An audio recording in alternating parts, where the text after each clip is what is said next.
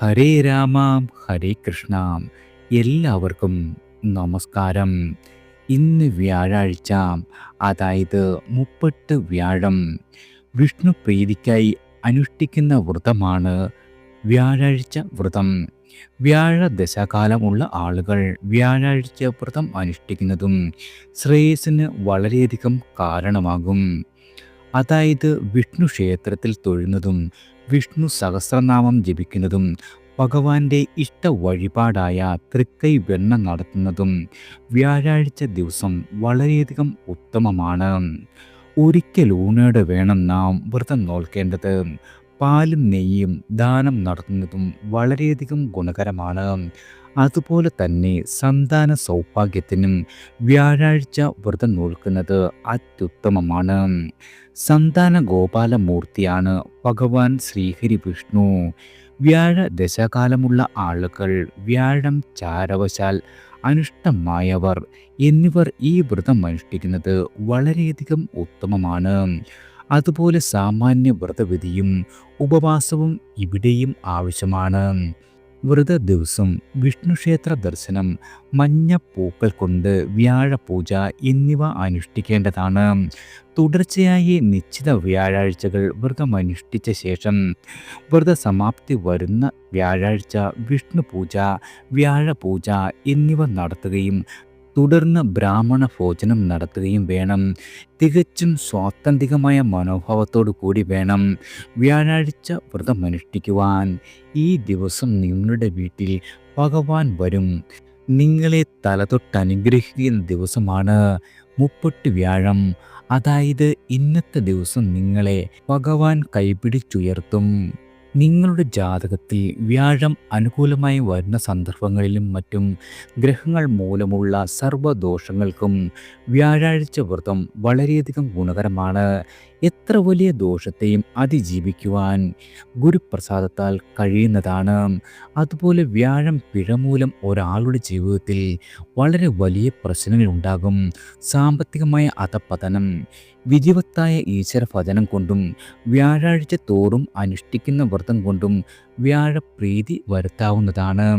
ഇതിലൂടെ നമുക്ക് സാമ്പത്തികമായി ഉണ്ടായിരുന്ന ദോഷഫലങ്ങളൊക്കെ വലിയ ഒരു പരിധിവരെ കുറയ്ക്കുവാനും ഇല്ലാതാക്കുവാനും സാധിക്കും.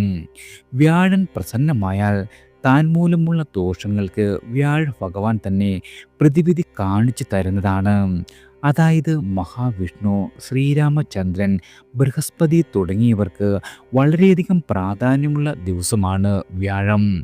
അതുകൊണ്ട് തന്നെ വ്രതത്തിൻ്റെ ഭാഗമായുള്ള ആരാധനയിൽ നമുക്ക് നെയ്വിളക്ക് കത്തിക്കുന്നതും മഞ്ഞ പുഷ്പം കൊണ്ടുള്ള പുഷ്പാഞ്ജലിയും പാല്, നെയ്യ് എന്നിവ ഉപയോഗിച്ച് തയ്യാറാക്കുന്ന നിവേദ്യവും മഹാവിഷ്ണു ഭഗവാന് സമർപ്പിക്കുന്നത് വളരെയധികം ഗുണകരമാണ്. വ്യാഴാഴ്ച വ്രതം അനുഷ്ഠിക്കേണ്ട രീതി: ഉപവാസം ഇരുന്നും ഒരു നേരം മാത്രം ഊണ് കഴിച്ചും ഒരിക്കലിരുന്നും വ്യാഴാഴ്ച വ്രതം അനുഷ്ഠിക്കാവുന്നതാണ്. ഏത് വ്രതത്തിനും നാം പാലിക്കേണ്ട മനഃശുദ്ധി, ശരീരശുദ്ധി, വാക്കുശുദ്ധി എന്നിവ വ്യാഴാഴ്ച വ്രതത്തിനും പാലിക്കേണ്ടതാണ്. മനസ്സിനെ ഈശ്വരനിൽ ഉറപ്പിച്ചു നിർത്തേണ്ടത് വ്രതത്തിന് മികച്ച ഫലം ലഭിക്കുന്നതിൽ ഒരു അനുകൂലമായ ഘടകമാണ്. അതുപോലെ വിഷ്ണു സഹസ്രനാമം, അഷ്ടോത്തര ശതം എന്നിവ ജപിച്ചും ശ്രീമദ് ഭാഗവതം, ഭഗവത്ഗീത എന്നിവ പാരായണം ചെയ്തും മനസ്സിനെ ഈശ്വരോന്മുഖമാക്കി മാറ്റാവുന്നതാണ്. മഞ്ഞപ്പൂക്കൾ കൊണ്ട് മഹാവിഷ്ണുവിന് അർച്ചന നടത്തുന്നതും വ്യാഴാഴ്ച വ്രതാനുഷ്ഠാനത്തിന് വളരെയധികം ഗുണകരമായ കാര്യമാണ്. രോഹിണി, അത്തം, തിരുവാതിര നക്ഷത്രക്കാർ പ്രത്യേകിച്ചും മഹാവിഷ്ണുവിൻ്റെ കടാക്ഷമുള്ള നാളുകാരാണ്. നിങ്ങൾക്ക് വ്യാഴാഴ്ച വ്രതം നോൽക്കുന്നത് വളരെ ഗുണം ചെയ്യുന്നതാണ്. വ്യാഴാഴ്ച നാളിൽ ഹനുമാൻ സ്വാമിയെ പ്രസാദിപ്പിക്കുന്നതും വളരെയധികം ഗുണം ചെയ്യും. അതുപോലെ ഇതിനായി വടമാല, വെറ്റിലമാല, അവൽ നിവേദ്യം എന്നിവ സമർപ്പിക്കുന്നത് വളരെയധികം ഗുണകരമാണ്.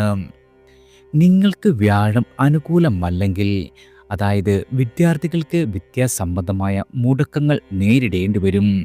അതുകൊണ്ട് തന്നെ വിദ്യാർത്ഥികൾക്കും ദോഷശാന്തിക്കായി ഈ വ്രതം വളരെയധികം ഉത്തമമാണ്. നിങ്ങൾക്ക് പ്രായഭേദമന്യേ ആർക്കും വ്യാഴാഴ്ച വ്രതം അനുഷ്ഠിക്കാം. വ്രതം അനുഷ്ഠിക്കുന്നതിൻ്റെ ഭാഗമായി അന്നേ ദിവസം മഞ്ഞ വസ്ത്രം ദാനമായി നൽകുന്നത് വളരെയധികം ഗുണകരമാണ്. അതുപോലെ ദോഷപരിഹാരാർത്ഥം ചെറുപയറും ദാനമായി നൽകാവുന്നതാണ്. 16 വ്യാഴാഴ്ചകൾ തുടർച്ചയായി ഈ വ്രതം അനുഷ്ഠിക്കുന്നതോടുകൂടി വ്യാഴം പിഴ നീങ്ങി സമാധാനവും ശാന്തിയും കൈവരുവാൻ കഴിയുന്നതാണ്. അതുപോലെ 16 വ്യാഴാഴ്ച എന്നത് മാസത്തിലെ ഒരു വ്യാഴാഴ്ചയായിട്ടോ തുടർച്ചയായി എല്ലാ ആഴ്ചയിലെയും വ്യാഴാഴ്ച എന്ന കണക്കിലോ അനുഷ്ഠിക്കാവുന്നതാണ്. ഓരോരുത്തരുടെയും സൗകര്യാർത്ഥം ഇത് തിരഞ്ഞെടുക്കുന്നത് ഗുണകരമാകും.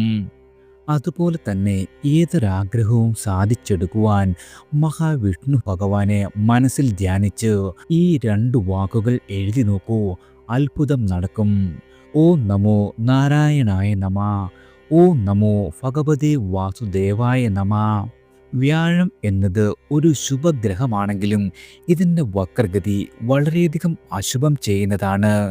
വ്യാഴം ഓരോ രാശിയിലും 12 മാസം വീതമാണ് സഞ്ചരിക്കുക. ഗ്രഹത്തിൻ്റെ അതിദേവത ശ്രീ വിഷ്ണു ഭഗവാനും ഭഗവാന്റെ ദശ അവതാരങ്ങളുമാണ്. ശക്തി സ്വർഗശക്തിയാണ്. അതായത് എല്ലാ ബന്ധങ്ങളിൽ നിന്നും മുക്തമാക്കി തരുന്ന ശക്തി വിശേഷമെന്നർത്ഥം. ശരീരത്തിലെ വൃക്ക, കരൾ, മാംസം, കൊഴുപ്പ് എന്നിവകളെല്ലാം നിയന്ത്രിക്കുന്നത് വ്യാഴമെന്ന ഗ്രഹമാണ്. ആയതിനാൽ ജാതകന് വ്യാഴഗ്രഹം ദോഷമായി നിന്നാൽ പ്രമേഹം, അർശസ്, മുഴകൾ, രക്താർബുദം, കരൾ രോഗം ഇവയെല്ലാം പിടിപെടുവാൻ സാധ്യതയുണ്ട്. അതുകൊണ്ട് തന്നെ വ്യാഴഗ്രഹം മന്ത്രം ജപിക്കുന്ന ജാതകനെ ഇത്യാദി രോഗങ്ങൾ ബാധിച്ചാലും ചികിത്സ വളരെയധികം ഫലവത്തായി തീരുന്നതാണ്. മഹാവിഷ്ണു ബീജമന്ത്രമായ ഓം നമോ നാരായണായ. വ്യാഴം അധിപനായ നാഗം, അതായത് പത്മൻ. വ്യാഴത്തിൻ്റെ അതിദേവതകളാണ് ശ്രീ മഹാവിഷ്ണു, ശ്രീ ബൃഹസ്പതി. നാം പ്രാർത്ഥിക്കേണ്ട ദിക്ക് വടക്കോട്ട് നോക്കി വേണം പ്രാർത്ഥിക്കുവാൻ. വ്യാഴത്തിൻ്റെ ദൃഷ്ടി ലഭിച്ചാൽ രോഗശമനം പ്രതീക്ഷിക്കാം. അതുപോലെ നമ്മുടെ ആയുസ് വർദ്ധിക്കുന്നു. ബന്ധുജനങ്ങളുമായി ഉണ്ടായിരുന്ന അഭിപ്രായ വ്യത്യാസങ്ങളെല്ലാം തരണം ചെയ്ത് മുന്നോട്ട് പോകുവാൻ സാധിക്കുന്നതാണ്. അതുപോലെ സ്ഥാനഭ്രംശങ്ങൾ ഉണ്ടാകുമെങ്കിലും അവയെ എല്ലാം തന്നെ ഗുണപ്രദമായി മാറ്റുവാൻ കഴിയും. വാസസ്ഥലം മാറുവാൻ ഇടയാകുന്നതാണ്. പലവിധ ഭാഗ്യ അനുഭവങ്ങളും ജീവിതത്തിൽ വന്നു ചേരും. ഉന്നത പഠനം സാധ്യമാകുന്നത് വഴി വിദേശ യാത്രകളും തരപ്പെടുന്നതാണ്. സന്താനങ്ങളുടെ ഉയർച്ചയ്ക്കും കാരണമാകും. കർമ്മരംഗത്ത് വളരെയധികം മാറ്റങ്ങൾ ഉണ്ടാകുന്നതാണ്. നിങ്ങൾക്കുയർച്ചയും സ്ഥാനമാനങ്ങളും വന്നു ചേരും. അതുപോലെ ചെയ്യുന്ന പ്രവൃത്തികളെല്ലാം തന്നെ വിജയം കാണുവാനും സാധിക്കുന്നതാണ്. സർക്കാർ സംബന്ധമായ മേഖലയിലും ഗുണാനുഭവങ്ങൾ വർദ്ധിച്ചു നിൽക്കും. ഭൂമി, വാഹനം, വീട് എന്നിവയുമായി ബന്ധപ്പെട്ട നല്ല അനുഭവങ്ങൾ ഉണ്ടാകും. ഭൂമി സ്വന്തം പേരിൽ ആകുന്നതിനും ഭൂമി വാങ്ങുന്നതിനും വീട് പുതുക്കി പണിയുന്നതിനും അതുപോലെ പുതിയ വീട് വാങ്ങുവാനും അവസരങ്ങൾ ഉണ്ടാകുന്നതാണ്. അതുപോലെ തന്നെ പുതിയ വാഹനം വാങ്ങുന്നതിനും ഭാഗ്യം സിദ്ധിക്കുന്നതാണ്. എല്ലാവർക്കും ഭഗവാന്റെ അനുഗ്രഹവും കടാക്ഷവും ഈശ്വരനാമത്താൽ വന്നു ചേരട്ടെ.